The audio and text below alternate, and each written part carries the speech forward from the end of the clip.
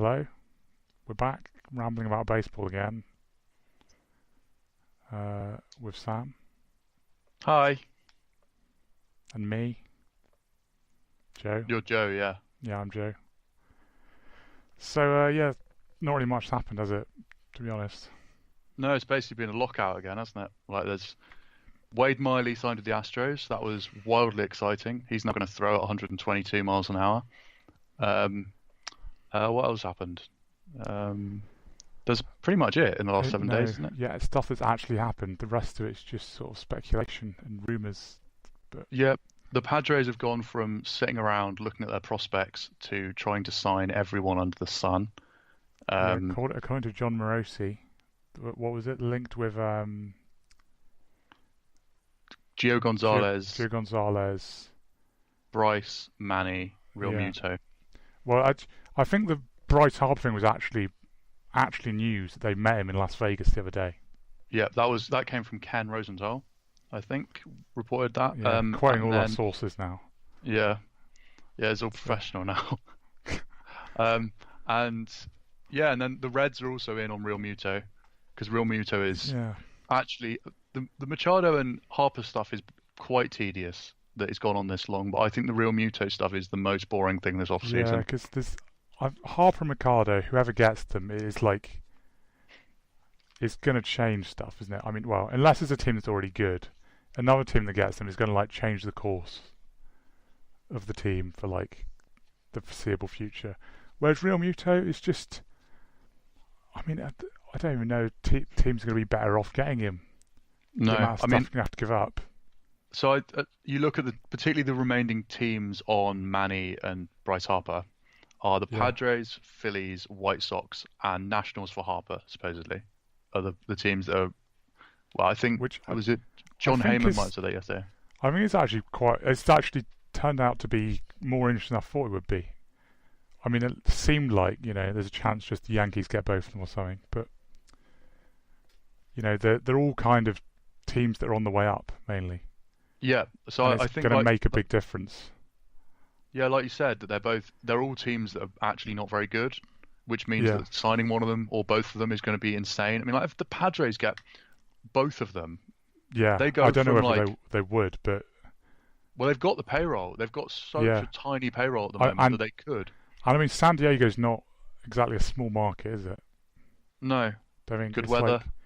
if the team's good, they can actually be a proper team Yeah, and then all with their fans prospects and coming up. stuff. Yeah, I mean that would be incredible, wouldn't it? That they're actually fans. Yeah, But like, so I think it's more fun. Like you said, it seemed quite likely at the start of the year that it was going to be like the Cubs, Dodgers, Yankees going for them, and the Phillies were obviously going to be like chatting a lot, but nothing ever actually happens. And that, because we've got these teams that are on the way up, it's going to change the shape of the division. I mean, yeah, all of those teams could win their division if they get one or both of them. yeah. And the thing is, with people complaining about it not being competitive, the fact that all the big teams, the ones that are already good, are basically out on the big Yeah, guys, it means that you're basically going to you add possibly one or two more teams that are going to be competitive when they eventually sign somewhere. Like you say, like the Padres, I think even getting one of them puts them in the hunt for the division with how weak the NL West looks like it's going to be next year. yeah. I think like, well, the Rockies. No one knows what the Rockies are doing. I don't think the Rockies know what they're doing. They're not going to develop their prospects properly. They're not Yeah, signing anyone. And then the Dodgers, they sort of stood still a bit. Added AJ Pollock, but like a bit of a shrug at that one. So it's like it's not quite there for the taking for the Padres, I suppose, because they actually have to do a bit more. yeah. The one thing is just as long as they don't trade for Real Muto, That would be a game breaker for them, I because think. it sounds like they'd have to give up Tatis, which is really what Tatis and possibly like one or two of their pitchers that they've got a lot of good Yeah, prospects there. But it would be like insanely stupid to Tatis do is that. like the centerpiece of their rebuild. It's the sort of thing that it's like, okay, maybe he's not a guarantee, but when you've been bad for a while, I think you want more than like a couple of goes at kind of, winning. Yeah, I I, wouldn't be trading him for literally anything yeah, right now. Fernando Tatis, that's the number two prospect, I think, isn't he? Yeah, Right in on between pipeline. Yeah, Vladimir Guerrero and Eloy Jimenez, yeah. I I'm not believe. dealing him for anything. Like That I is, wouldn't deal him for Trout. I genuinely wouldn't deal him for Trout right now because of the position um, they're in and how long they've waited for. If Trout is a free agent after 2020 or can be a free agent after 2020, yeah, they'd have to get Trout. They'd have to deal him and other stuff, and that still wouldn't get them to be. They would get them one player. I, yeah. I, they still don't. Even with Trout, as the Angels have shown, you're not a contender immediately. If you have Tatis and multiple pitchers and Mejia coming through, then even without free agents, And they've got a hell of Urias, remember? yeah, they've So got a I hell of a quite like the team. idea of them getting Mercado, to be honest. You have Yeah, Mercado back to third base, but like as a mentor to Urias and Tatis in the that's a infield. hell of an infield, Then you and have then Eric Hosmer at Hosmer. first. I Yeah, mean, it's a very good infield, and Eric Hosmer. I mean, even though that Hosmer signing was really bad, and like he was very good last year, I don't think he'd be that bad if you had like a good infield around him. The rest of the infield's good. Is like your fourth best infielder. Yeah, that I could think be that'd be pretty okay. solid. Yeah, it's just my concern with that contract now is seeing as they're planning to spend big, um, is there going to be a point where they say we Yeah, don't want to spend any more and it's because they because spent that of money that on Hosmer? contract. Yeah, but he's due a good year this year coming up. Yeah, he does. He is up and You know, down, isn't he? it's like literally up and down. If you look at his like WAR numbers, he basically just has a good year then a bad year. And they signed him after a good year, so they got a bad year to start with. He really wasn't very good last year, was he? I thought he was slightly better than this. Well, how bad Seven was it? 720 OPS. Yeah, what? Yeah, that is bad. That is crap, isn't it? Absolutely crap for a first baseman. Um, I mean, it's crap for anyone really. That you'd be like a bit disappointed if your centre fielder hit that. he's on $21 million until 2022 when he could opt out, which he obviously isn't going to do. And then the remaining years after that are only 13 million a year. Yeah, Uh, it's a big mistake, wasn't it? uh, yeah, so he's 720 And OPS. that is, in fact, I mean, just a little plug here. Isn't that what you said in your in like the first article for the website or something, or like the in like the first week of the website Yes, about a yeah, it year was. ago? Um, yeah, it was from the 2nd of March 2018, There's literally basically. exact articles about as soon as that deal was signed. It's titled about Will Myers, which having Will Myers made Eric Hosmer look more stupid. Comparison between the two, and basically that Eric Hosmer's, not that Just good. yeah, just not any better really.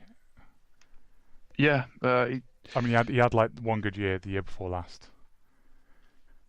yeah. Uh, So I hope he's not a problem for them because they could be really, really fun. They could be really fun to watch the next few years. They've got obviously like cheap young players, and it turns out they're actually going to try and spend like they're a massive team, which is cool. yeah, I think they're doing it more right than the Rockies are going to or Yeah, have but done.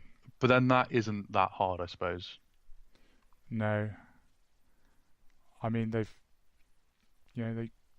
they gave Arnaldo the money, I suppose, for his last year, but Yeah, they didn't just like they didn't they just didn't like release him. non-tender him. Yeah, That's you got to give him credit for that, I suppose. yeah. By their own low standards, that is an achievement, I guess. Yeah, I did see something that actually. Maybe that was Ken Rosenthal as well, saying that the like how quickly they did the deal might help them sign him long term, or is not going to damage it anyway. Because with the whole arbitration thing, when Yeah, you can end up arguing with each other, and yeah, it and does basically does make friends. I think they just gave him the money. Oh, They just negotiated and like just gave him the money he wanted or something, pretty much. Well, that's good, I Um, suppose. so they're just hoping for that. But yeah, I know, as we said before, did we talk about this in the last one actually? Maybe we talked about it last week as well. They really should just be going for it. Yeah, I think we spoke about it with Pollock, that they should have gone for AJ Pollock, and they should be going for some other people now. Like, well, Harper would be the dream, but they're obviously not going to pay that. That's fair enough. But there's other stuff There's they could be not doing. They could be there's not trading. much left though, is there? Hitters wise, that's what was really what they need. Marwin, Yeah, I mean, I saw a report this week. I'm going to keep trying to give credit to people, even though I might just be guessing at reports now. I think John Heyman said they're going to try and get Carlos Gonzalez back. okay. I mean, is that good? I don't know. That's not the answer, though, is it? That's you've No, got he's like 2 years away from being like a consistently good hitter now, isn't he? He's yeah, like and he had a really good spell last year, I think, didn't he? But then was also just bad for a lot of it. and you've got Charlie Blackman's contract just before it gets potentially dreadful. Yeah, well, You've got that's possibly even worse than the Hosmer one, yeah, and you've got isn't it? maybe 1 year of Nolan Arenado left. And these are the kind of deals is why there's still free agents left, and why no one's getting the big deals anymore, the long deals. I mean, these are even really recent ones.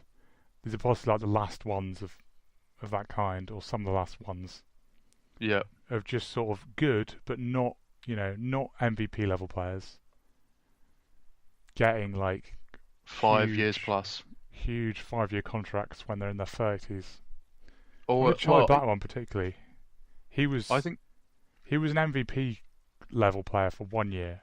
Before that, he was like a good, not amazing player, and also a centre fielder.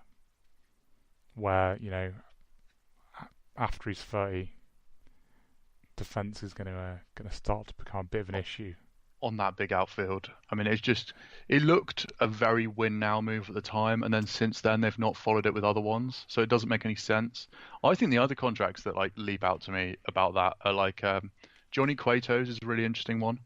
So he was brilliant for the Giants very briefly, Yeah, like absolutely fantastic. He got them to the postseason, but then he's got hurt, which it makes maybe it it's look a not lot because of his worse age. than I think it was at the time. That one.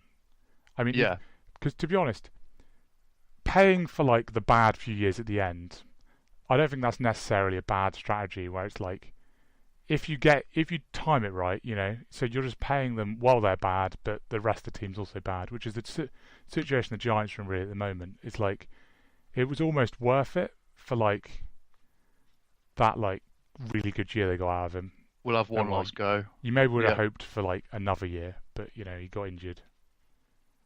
yeah.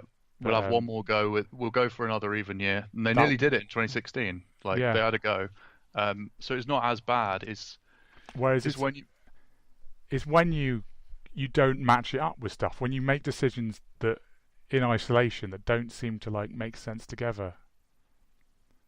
Like the Rockies are now seem to be in the perfect situation where they should like really obviously just be trying to win as much as possible. Just signing anyone they can get. Don't care yeah, about the next few years after this year. do Like this anything is they it. can to win an extra game in 2019. Don't Well, they've give a still got toss Arenado. about yeah, don't give a toss about 2020. Um, and it's why also the Hosmer deal concerns me though is so Hosmer's contract is going to be sitting there when these young guys hit arbitration. Yeah, that was the other thing about it, wasn't it? Is that was another one that seemed like out of step with the rest of the timeline. It's like all the good prospects are like what they were at that point when they signed it. It seemed like they were like 2 years away from actually being up and good. Yeah, And yeah, it's like he's going to be getting on a bit by the time they've so actually got a team around him. So if he was expiring in like 2 seasons' time, basically it's the length of the deal. Yet again, that's the issue. If he was expiring in 2 years' time, you'd be like, yeah, he turned up, you paid him a lot. He was a mentor, and then his salary's off the books when you can big arbitration money to Tatis and Urias, etc. But Yeah, they're going to have his contract still there, so they get one of